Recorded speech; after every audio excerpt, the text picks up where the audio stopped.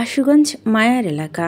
মাতৃভূমি যাবে বলে ছোট শহর, তবে বেশ জমজমে। মেঘনা নদীর পাশেই এই ছোট শহরটি অবস্থান। আশুগঞ্জকে বন্দরনগরী বলা হয়। বেশ কিছু কলকারখানা, ছোট বড় ইন্ডিয়ান প্রজেক্ট, সরকারি বিদ্যুৎ পাম্প, কারণ বেশ উন্নত নগরী হিসেবেই ধরা হয় আশুগঞ্জকে। আশুগঞ্জ ছোট শহরটি দুটো সাইড বেশ পরিচিত। আশুগঞ্জ বাজার আর চর চারতলা। মায়ার পরিবার চর চারতলা বাসিন্দা। সেই সূত্রে এখানকার সব কিছু মায়ার পরিচিত। তবে মাতৃভূমির চেনা জায়গাগুলো যেন আজ হুট করে অপরিচিত লাগছে মায়ার। তিক্ত মনে বিক্ষিপ্ত করছে দূর বারবার। কিসের বিক্ষোভ, প্রতিবাদ করছে মায়ার মন তা জানা নেই। তবে মন অচল হয়ে আছে, চোখ মুখে বিষণ্ণ, ভগ্ন হৃদয়ে বিষাদ। তারপরও চলল বাবার পিছন পিছন মায়া। মন ছটফটে অস্থিরতা নিয়ে বের হলো রাস্তায়। একা নয়, সঙ্গে শফিকুল ইসলাম আর জুইও রয়েছে। উদ্দেশ্য মায়ার নতুন কলেজ।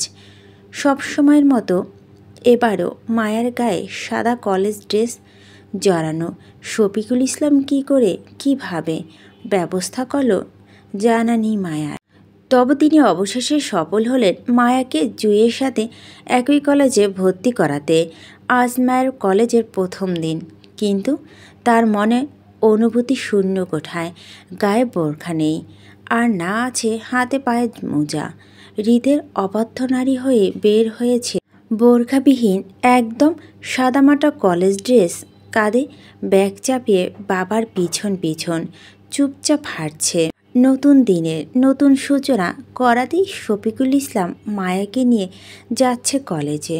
মায়া সারা রাস্তায় চুপ থাকলো, কথা বলল না। আসলে বলার মতো কোনো বাক্য মায়ার কাছে ছিল না। তাহলেও বা কী হলো মায়ার? তার জীবনে ঠিক এমন একটা দিনই তো শফিকুল ইসলাম হাফ ইয়ার ব্রেক করে মায়াকে খান বাড়িতে পাঠিয়েছিল। মায়া যেতে চায়নি, জোর করে পাঠিয়েছিল তিনি। আজ আবারও সেই দিনে মুখোমুখি হলো মায়া। আবারও মায়াকে অর্ধ বছরের মধ্যে খানবাড়ি থেকে চলে আসতে হলো। এবারও ইচ্ছা ছিল না, অনেকটা বাধ্য হয়ে আসলো। পরিস্থিতির দায়ে পড়ে যাবে বলে। জীবনটা সত্যি অদ্ভুত। সেই ছোট থেকেই মায়া কিছু না করেও অনেক কিছুই শিকার হলো সে, দোষী হলো। অথচ নিজের অপরাধটা জানে না মায়া। অপরাধের অপরাধী হয়ে শাস্তি ঠিক পাচ্ছে 16 আনা। এইসব শাস্তি খেলা মায়ের জীবন কবে শেষ হবে জানা নেই মায়ার। হয়তো হৃদকে ভুলতে পারলে হবে, নয়তো এই শাস্তি সারা জীবনেই বইতে হবে তাকে। মায়া হাঁটতে হাঁটতে দীর্ঘশ্বাস ফেলে সামনে তাকালো। আদৌ কখনো হৃদকে ভুলতে পারবো কি না তাও তো জানা নেই। মায়ার জীবনে প্রথম পুরুষ হৃদ। হৃদের বাইরে মায়া অন্য কোনো পুরুষের অন্য নজরে চোখ উঠিয়ে দেখার সুযোগও পায়নি। অবুঝকাল থেকে মায়ের সবটা জুড়ে হৃদের বসবাস ছিল, আজও আছে। জীবন হয়তো কখনো হৃদকে ভোলা মায়ার পক্ষে সম্ভব হবে না। তবে মায়া চেষ্টা করবে স্বাভাবিক জীবনে চাই লিড করতে। ধীরে ধীরে শিখে যাবে হৃদকে ছাড়া প্রেমহীন একাকিত্বের জীবন কাটাতে। মায়া হৃদের সাথে সম্পর্ক বিচ্ছিন্ন হওয়ার কারণটা এখনও জানানো হয়নি পরিবারের কাউকে। আসলে প্রয়োজন পড়েনি। শফিকুল ইসলাম এমনিতেই কারণ ছাড়া হৃদ মায়ের সম্পর্কটা ইটি টানছে কাগজ কলমে। তাই মায়ার আগ বাড়িয়ে কাউকে সাফাই গাইতে হয়নি খান বাড়িতে না যাওয়া বিষয়টি নিয়ে। তবে হেনা খানের সাথে রোজ কথা হয় মায়ার। সকাল বিকেল ভিডিও কল করে মায়াকে নিয়ে কান্নাকাটি করেন তিনি। মনে করেন মায়া শফিকুল ইসলামের জন্য আটকে আছে আশুগঞ্জে, খান বাড়িতে আসতে পারছে না। তবে হেনা খানের কান্নায় মায়া নিজেও কাঁদে নিঃশব্দে। তারপরও একটা বার মুখ ফুটে বলে না, দাদি আমিও ফিরতে চাই তোমাদের কাছে, আমাকে নিয়ে যাও প্লিজ, তোমাদের ছাড়া আমিও ভালো নেই দাদি। আফসোস, মনে কথাগুলো মুখ অবধি আসে না মায়ার, গলা আটকে যায়, কষ্টে তার বুক ফাটে, তবু মুখ ফুটে না। কারণ মায়া অনল নিজের সিদ্ধান্ত, খানবাড়িতে যাবে না মানে যাবে না, একদমই না। হৃদের প্রতি মায়ের ভালোবাসা আলাদা, আর নিজের আত্মসম্মানবোধটা আলাদা। মায়া সব কিছু সহ্য করলেও নিজের প্রহর আত্মসম্মান মারিয়ে কখন পুনরায় খানবাড়ির দুয়ারে দাঁড়াবে না সে, কখনো না। মায়া গরিব পরিবারের হতে পারে, তাই বলে ন্যূনতম আত্মসম্মানবোধ নিয়ে চলে তারা? অবশ্যই মায়া হৃদের অটলীয় সম্পত্তি ভোগ নেই, তার শুধু হৃদকে চাই, শুধু হৃদকে। হৃদের অটল সম্পত্তি নয়, অর্থ সম্পদ দুদিনের মোহমায়া শুধু। আজ আছে তো কাল নেই, তবে মায়া আজ ধীরভাবে মনে হলো হয়তো হৃদের কিছু না থাকলেও ভালো হতো। অন্তত মায়ার ভালোবাসার দিকে আঙুল তুলতে পারত না হৃদ। গরিব বলে মায়াকে লোভী চরিত্র আখ্যায়িত করতে পারত না। মায়ার ভালোবাসাটা পবিত্র থাকতো, কলঙ্ক লাগতো না তাতে। মায়া এবার সত্যি হৃদকে চাই না, সত্যি মন থেকে চাই তার সাথে হৃদের ডিভোর্সটা হয়ে যাক, মায়া মুক্তি পাক, হৃদ অন্য কাউকে নিয়ে সুখে থাকুক। জীবনে কখনো কোনো পরিস্থিতিতে হৃদের সাথে মায়ার মুখোমুখি না হোক। এভাবে দিন যাক, মাস যাক হোক, মাস যাক, বছর পার হোক, তবুও হৃদ মায়ের সামনে কখনোই না আসুক। দুজনে মুখোমুখি না হয়ে ডিভোর্সটা হয়ে যাক, এতেই মায়ের শান্তি। নয়তো মায়া হৃদকে পুনরায় নিজের সামনে পেয়ে যদি নিজেকে সামলাতে না পারে, তাহলে মায়া সত্যি লোভী নারী বলে পরিচিত পাবে হৃদের কাছে। হৃদ ভাববে মায়া তার টাকার জন্য পিছনে পড়ে আছে, মায়ার ভালোবাসাকে কলঙ্ক করবে। সেটা মায়া চায় না। মায়া শান্তি চায় বলেই বিচ্ছেদের গোটা 28 দিন পার হলো নীরবে দুজনের জীবনে। দুজনই দু প্রান্তেই আছে, কারো খবর কারো কাছে নেই। মায়া জানে না হৃদ কোথায়, কিভাবে আছে, আর আর না জানার চেষ্টা করছে। কথায় কথায় শুধু এতটুকুই শুনছে, হৃদ নাকি বাংলাদেশে নেই, মেহুও বাংলাদেশে নেই, হয়তো দুজন একসঙ্গে আছে। যেখানে আছে মায়ার ধারণা, কারণ মেহুর ভাষ্য মতো হৃদ খান তার একমাত্র প্রেমিক পুরুষ। ভয়ানক প্রেম চলছে তাদের দুজনের মধ্যে। আর হৃদের ভাষ্য মতে মেহু আবদুল্লাহ তার একমাত্র হবু বউ, আর মায়া সে হলো তৃতীয় পার্সন, লোভী নারী, হৃদ খানের এক রাতের সঙ্গী। এই সব কথাগুলো ফিহার বিয়ের দিনই বলেছিল হৃদ আর মেহু দুজন মায়াকে। মায়া শুধু সেই দিন শুনে গেল, উত্তর করেনি। আম্মু ওঠো, গাড়িতে দাঁড়িয়ে আছো কেন? আরাফ খানের ডাকে ধ্যান ভাঙে মায়ার। এতক্ষণ যাবৎ হারিয়েছিল নিজের ভাবনার জগতে। মায়া থমথমে চোখে তাকালো চারপাশে। নিজের সামনে অটোরিকশা দাঁড়িয়ে থাকতে দেখে বুঝলো শফিকুল ইসলামের কথা। মর্ম মায়ের কথা না বাড়িয়ে দূরতে উঠল অটোরিকশায়। গাড়িটিও চলল মায়ের কলেজের উদ্দেশ্যে। জুই মায়ার পাশাপাশি বসা। শফিকুল ইসলাম বসল ড্রাইভারের সাথে সামনে। মিনিট 10 মধ্যে কলেজের সামনে দাঁড় করাতে সবাই নেমে পড়ল। শফিকুল ইসলাম, মায়া, জুই দুজনে মাথা আদরে হাত বুলিয়ে চলে গেল বাড়ির উদ্দেশ্যে। মায়া উদাসীন, ভগ্ন হৃদয়, চিন্তায় বিভোর থাকায় সে বিষয়টি লক্ষ্য করেনি। সেটি হলো নিজের ওপর এক ঝাঁক অশুভ দৃষ্টি মেলাকে। ডিমের খোসা ছেড়ে প্রথম যখন পাখির বাচ্চা দুনিয়ার মুখ দেখে আতঙ্কে ওঠে, ঠিক তেমনি যেন মায়ের অবস্থাটা হলো। হৃদের নজরবন্দি কারাগার থেকে মুক্ত, আকাশে নিচে স্বাধীন। একা বের হতেই যেন এক ঝাঁক অশুভ দৃষ্টি ভিড়ে পড়ে গেল মায়া। হৃদ আলগে রাখা খোসা ছেড়ে বের হতে তোপের মুখে পড়ল, যেখানে হৃদ কারো ন্যূনতম দৃষ্টি মায়ের উপর পড়তে দেয়নি, সেখানে আজ মায়া নিজেই সকলের কেন্দ্রবিন্দু হলো। যেমন করে হৃদ মায়াকে বিগত 2.5 বছর আলগে রেখেছিল, মায়ের সেফটির জন্য হৃদ তার আশেপাশে মানুষজন, স্কুল থেকে কলেজ, শিক্ষক, ছাত্রছাত্রী, দারোয়ান, এমনকি রাস্তাঘাটও হৃদ মায়ার জন্য অদৃশ্য বডিগার্ড সেট করে রেখেছিল, শুধু হেফাজতের জন্য, যারা প্রতিনিয়ত হৃদের আদর্শে মায়ার প্রতিরক্ষা করে যেত, হৃদের কাছে বা দূরে থাকুক না কেন মায়ার প্রতি মুহূর্তে খবর হৃদের কাছে ঠিকই যেত। মায়া খোলা আকাশে ততটা উঠত যতটা হৃদ আলাও করত উঠতে, কিন্তু আজ যেন ভিন্ন। হৃদের শুভ নজরবন্দি খোসা থেকে বের হতেই যেন অশুভ দৃষ্টিতে পড়ল। মায়া থমথমে খেয়ে চারপাশে তাকালো। সিনিয়র সহপাঠী, আশেপাশে রাস্তাঘাট, সাধারণ মানুষজনের দৃষ্টি তাক করা তার দিকে। সবাই অদ্ভুত দৃষ্টির ভিড় কাটিয়ে উঠতে মায়া জুঁইয়ের হাত চেপে ধরে ভয়ে।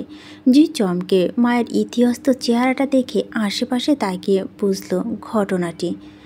জুঁই মায়াকে আশ্বস্ত করে মায়ার হাত চেপে ধরে সামনের দিকে পা বাড়াতে কলেজ গেট ধরে যেতে যেতে সংকীর্ণ গলায় মায়াকে উদ্দেশ্য করে বলে, মাস্ক নেই তোর সাথে?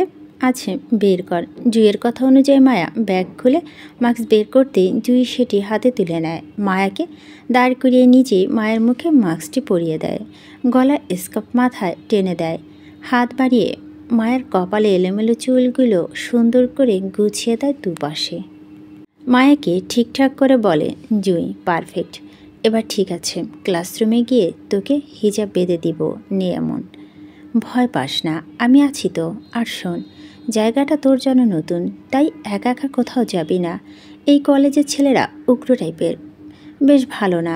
ওয়াশরুমে গেলেও আমাকে বলবি, আমি নিয়ে যাব, মনে থাকবে? মায়া মাথা নাড়ায়। কলেজের এই সাইডটা মায়ার অপরিচিত, বেশ চেনা নেই, তাই মায়ার কাছে একা চলা অসম্ভব ঝামেলা ঠেকল। তাছাড়া কলেজে ঢুকতেই এতগুলো মানুষ অদ্ভুত দৃষ্টিতে পড়াটা ভালো লাগলো না। বিষণ্ণতা মায়ার মুখে মাস্ক, আর মায়ের হিজাব করতে ভুলে গিয়েছিল, কিন্তু জুঁই ঠিকই মুখে মাস্ক আর মাথায় হিজাব করে বের হয়েছে। জুঁই মায়ের হাত ধরে সামনে এগোয় কলেজের দ্বিতীয় ভবনে 3 তলায় কোনার ক্লাসরুমে গিয়ে বসলো মায়াকে নিয়ে। পূর্ব থেকেই ক্লাসে বেশ মানুষের উপস্থিত ছিল। জুঁই এগিয়ে মায়াকে নিয়ে দ্বিতীয় বেঞ্চে বসলো। ব্যাগ থেকে পানি বের করে জুঁই নিজেও খেলো, মায়াকেও খাওয়ালো। প্রথম দিন হয় মায়া বেশ চুপচাপ জড়তা নিয়ে বসে আছে। ক্লাসের ছেলে মেয়ে সবার দৃষ্টি কেন্দ্রবিন্দু এক মুহূর্তে অপরিচিত মায়া হয়ে উঠল।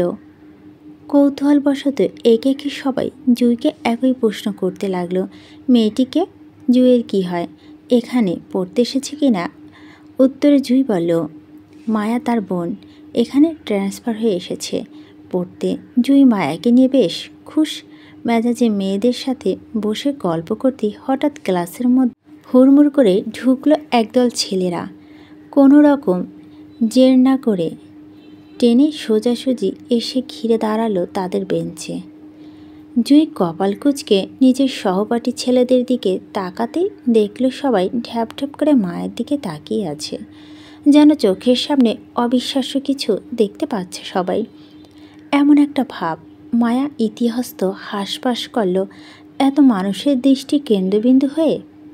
জুঁই ব্যাপারটা বুঝে বিরক্ত নিয়ে বলে, কি চাই তোদের? মেয়েদের বেঞ্চে ব্লক করে দাঁড়িয়ে আছিস কেন? এটা কি তোদের সাইড? জুঁইয়ের কথায় সবাই মজা করে হাসলো, কৌতূহল করে একে অপরের দিকে তাকালো। তাদের মধ্যে রিফাত নামক ছেলেটি হেসে বলল, দোস্ত, এই আগুন সুন্দরী মেয়েটা কে রে? বল না। জুঁই বিরক্তিতে রেগে গেল, তোরে আমি কোন জীবনে নিজের দোস্ত বানাইছিলাম, হ্যাঁ, যে এখন দোস্ত দোস্ত করছিস? আলগা ভাব আমার সাথে জমাতে আসবি না, যা এখান থেকে, ঝামেলা করবি না। আর মেয়েদের সারিতে তোদের ছেলেদের না আসা নিষেধ। তাহলে এসেছিস কেন? হ্যাঁ? পাশ থেকে রিফাতের বন্ধু চয়ন রিফাতের কাঁধে চাপড় মেরে বলল, আরে আমরা চলে গেলে কি হবে?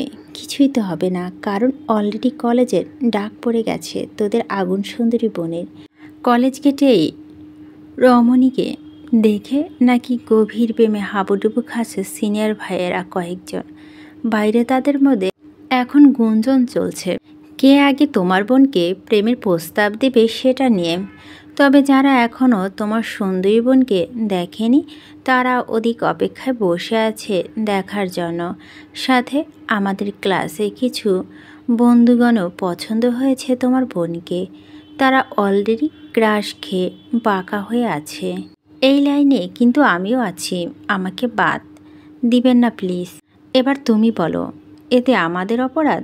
সত্য মনে সত্য কথাগুলোই তো বলতে আসলাম, জানতে আসলাম মনের সত্য অনুভূতি।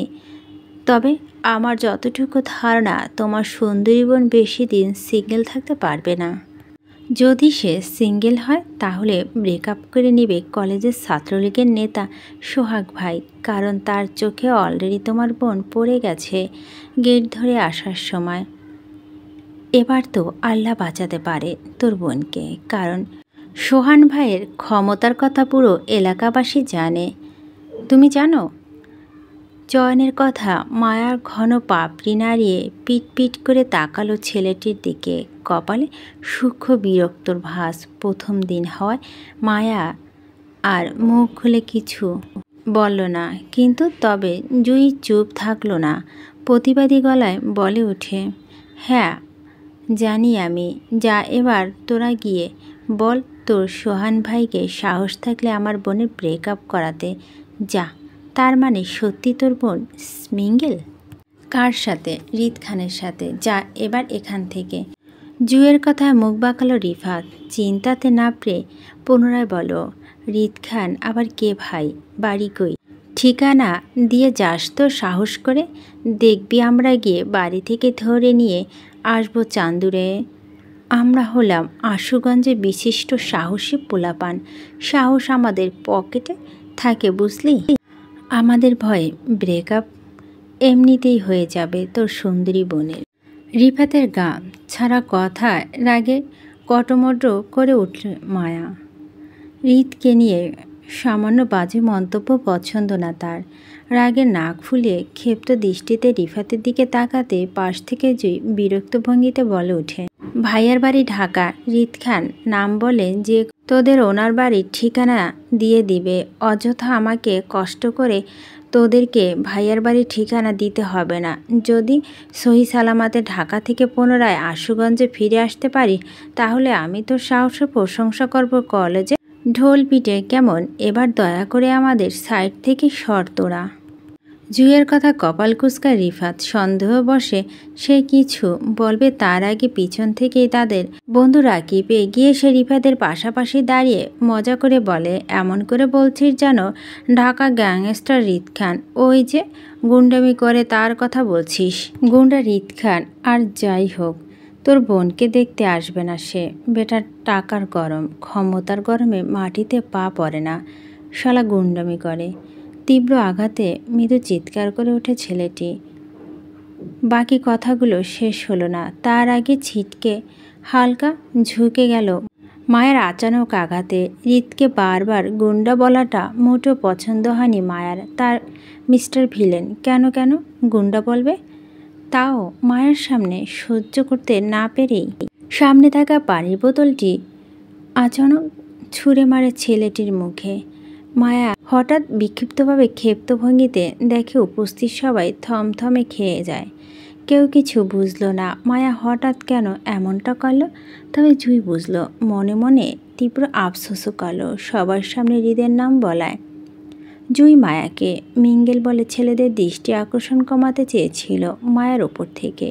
মায়ার জীবনে কেউ আছে ভেবে হয়তো ছেলেরা মায়া থেকে দূরে থাকবে, বিরক্ত করবে না, এমনটা চিন্তা করে হৃদের নামটা বলেছিল জুই। কিন্তু সব কিছুর বিপরীতে যে এমন কিছু হবে ভাবেনি সে। তাছাড়াও আজকে মায়ের কলেজে প্রথম দিন ছিল। প্রথম দিনই ক্লাসে ঝামেলা করাটা ছিল সবার তোপের মুখে পড়ার কারণ। সবাই মায়াকে উগ্র মেজাজি মেয়ে বলে আখ্যায়িত করে দিল। কিন্তু জুই বুঝলো মায়ের বিষয়টি।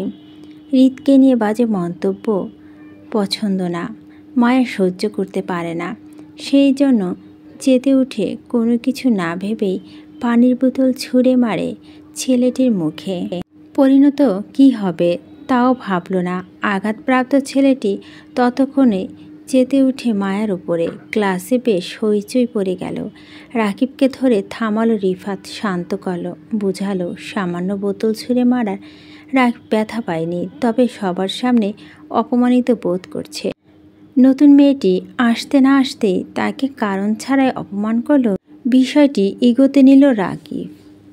রাগী কটমটো চোখে তাকালো মায়া ক্ষিপ্ত দৃষ্টিতে।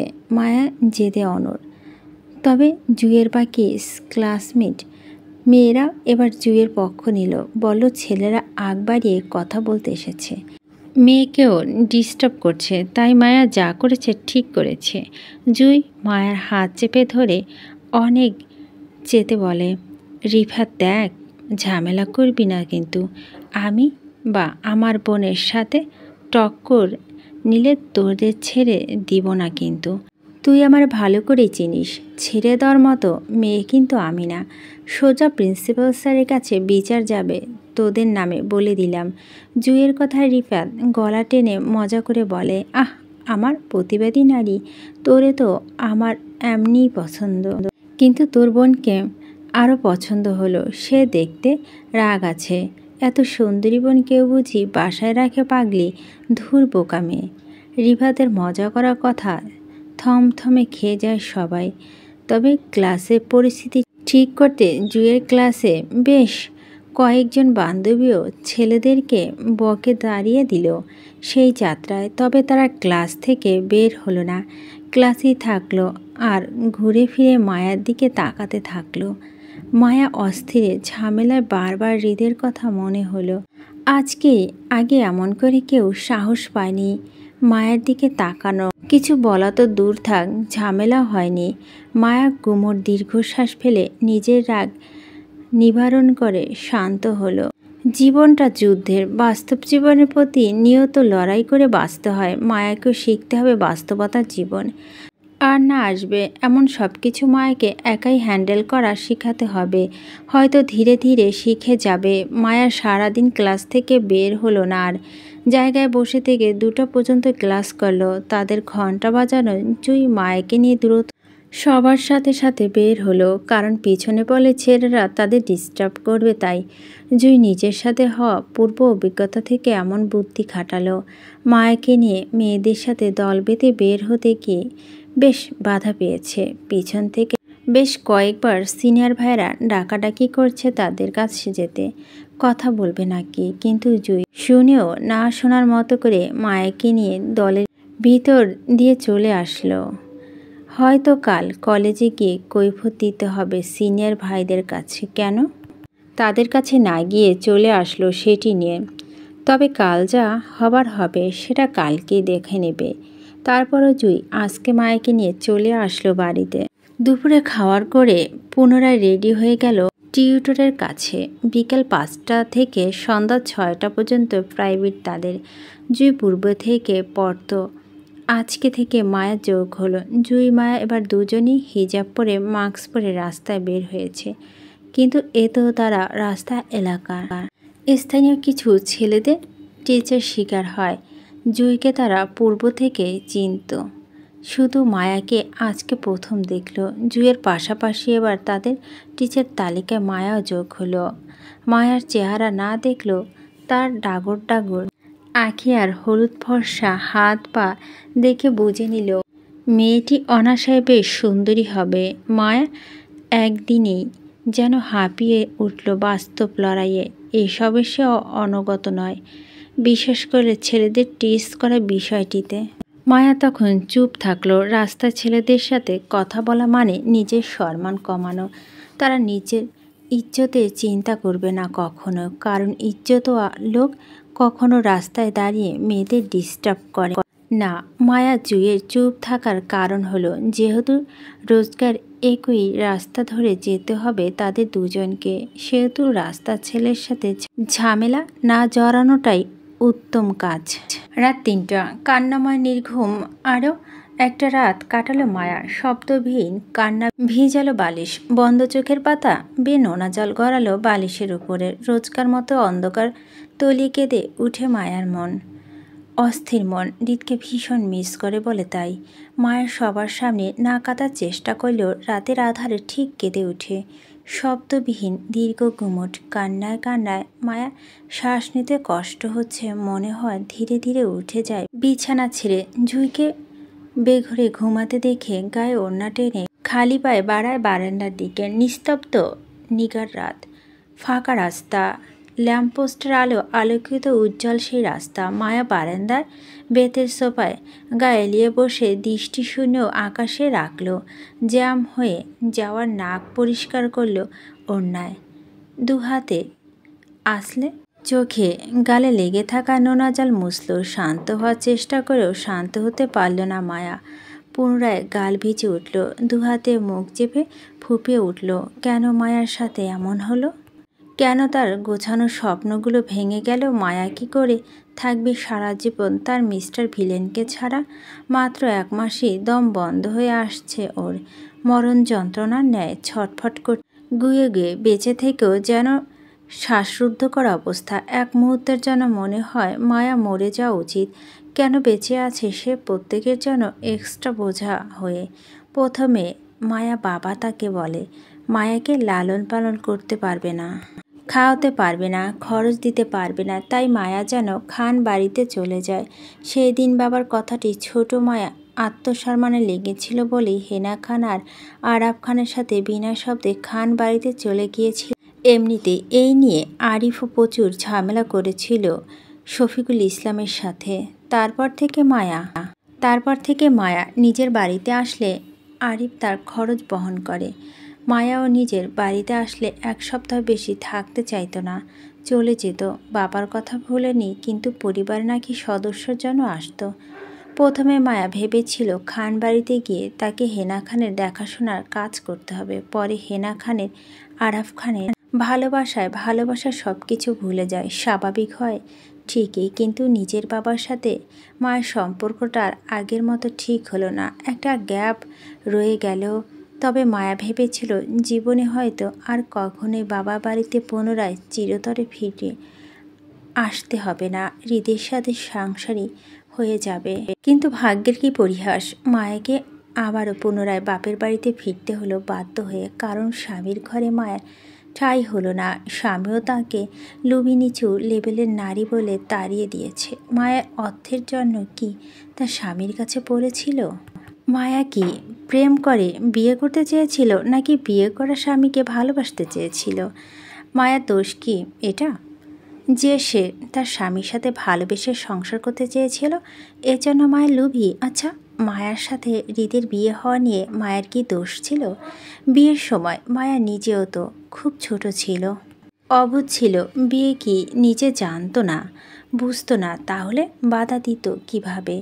মায়ার হাতে কি কিছু ছিল না? তখন মায়া যদি বুঝতো তাহলে অবশ্যই বাধা দিত, বিয়ে করতো না বলে নিষেধ করত। কিন্তু আফসোস, মায়ার হাতে কিচ্ছু ছিল না। তারপরও অপরাধের শাস্তিটা সে সামনে পাচ্ছে না। বাপের বাড়ি মায়ার আপন হলো, আর না স্বামীর বাড়ি। মায়া যাবে তো যাবে কোথায়? এখান থেকে পালিয়ে কার কাছে ঠাঁই নিবে? দুনিয়ার সম্পর্কে ধারণা নেই, বয়স কম, যথেষ্ট পড়াশোনা নেই যে নিজেই চাকরি করবে কিছু করে একা থাকবে। দুনিয়া কিছু সে চিনে না, কে ভালো কে খারাপ তাও জানে না। কাকে বিশ্বাস করে মায়া তার হাত ধরে বাড়ি থেকে চলে যাবে? এমন বিশ্বস্ত মানুষ তো মায়ার নেই। মায়ার মতো অসহায় মানুষ কি দুনিয়াতে দুটো আছে? যার আত্মসম্মান বোধ আছে অথচ নিজের কিছু করার তাগিদ নেই। কারণ মায়া জানে এই দুনিয়ার মানুষ নিজেদের স্বার্থে ছাড়া 1 পাও নড়ে না। বর্তমান যুগে মানুষ স্বার্থ বুঝে নড়ে, নয়তো না। তাহলে মায়াকে কে বিনা স্বার্থে সাহায্য করবে একা একা বাঁচতে? মায়া এসব কিছু থেকে পালিয়ে যাবে তো কোথায় যাবে? আচ্ছা, মায়ার জীবনটা এমন হলো না নদী ভাসমান নৌকার মতো, যে কখনো এই তীরে তো কখনো ওই তীরে। নির্দিষ্ট তীর বলতে মায়ের কিছু নেই। নিজের অবস্থানের কথা চিন্তা করে মায়া ভিতরের সত্তা যেন তীব্র তিরস্কার করে উঠল। চেঁচালো, ধিক্কার জানানো মায়াকে। বলো, সবার বোঝা হয়ে বেঁচে না থেকে মরে যা তুই মায়া। এই দুনিয়ায় তোর না, আর না এখানে মানুষ। কেন বেঁচে আছিস বেহামি করে? তোর বেঁচে থাকাতে কারো লাভ হচ্ছে না, ক্ষতি ছাড়া। মায়া, তোর কি আত্মসম্মান নেই? বাবা স্বামী ফিরিয়ে দেওয়ার পরও তাদের ঘাড়ে এখনও পড়ে আছিস? তোর জন্য কি বিষ ফাঁস কোনো কিছু নেই মায়া? হিমশীতল হয়ে গা কেঁপে ওঠে মায়ার। তীর তীর করে ঘেমে উঠল কপাল। মায়া কি সত্যি মরে যাওয়া উচিত? এতটা অবহেলা মায়া? হৃৎপিণ্ড চেপে উদ্বিগ্নতায় উঠে দাঁড়ালো মায়া। দিক বিবেচনা না করে সোজা গেল কিচেন রুমে। র্যাক থেকে চপিং বোর্ডের নাইফ তুলে নিল। কেন তুলল তাও জানা নেই, তবে হাতে করে রুমে নিয়ে আসলো। দরজা লাগিয়ে পুনরায় আগের জায়গায় বসলো। কোলের ওপর ছুরিটাকে সূক্ষ্ম চোখে প্রয়োগ করতে লাগলো। চোখ তখনও ভেজা নোনা পানিতে, তবে অশান্ত মনে ভাবল স্থির হয়ে, হাতের রক কাটলে তো মানুষ মরে যাওয়ার চান্স কম। গলায় ছুরি লাগালে নিশ্চয় মানুষ মরে যায়। মায়া কি গলায় ছুরি চালালে নিশ্চয় মানুষ মরে যায়। মায়া কি গলায় ছুরিটা চালালে মরবে নাকি মরবে না? যদি রক না কাটে তো? অবুঝতায় নিয়ে ছুরি চেপে বসে রইল। কেন বসে থাকলো তাও জানা নেই, বরং স্থির থেকে হাতের ছুরিটা ঘুরিয়ে দেখতে দেখতে একটা সময় ঘুমিয়ে পড়ল জায়গায়। সকালে ঘুম ভাঙল জুঁইয়ের ডাকে। মায়ার চোখ পিটপিট করে তাকিয়ে প্রথমে দেখল জুঁইয়ের কাঙ্ক্ষিত চেহারাটা। কি হয়েছে বিষয়টি বুঝতে শুনে গেল জুঁইয়ের ভাঙা স্বর। মায়ার ছুরি হাতে বারান্দায়। কেন, কবে আসলো, এখানে ঘুমালো কেন, ইত্যাদি ইত্যাদি। মায়া উত্তর করল না তেমন কিছু। আসলে উত্তর করার মতো কিছু পেল না।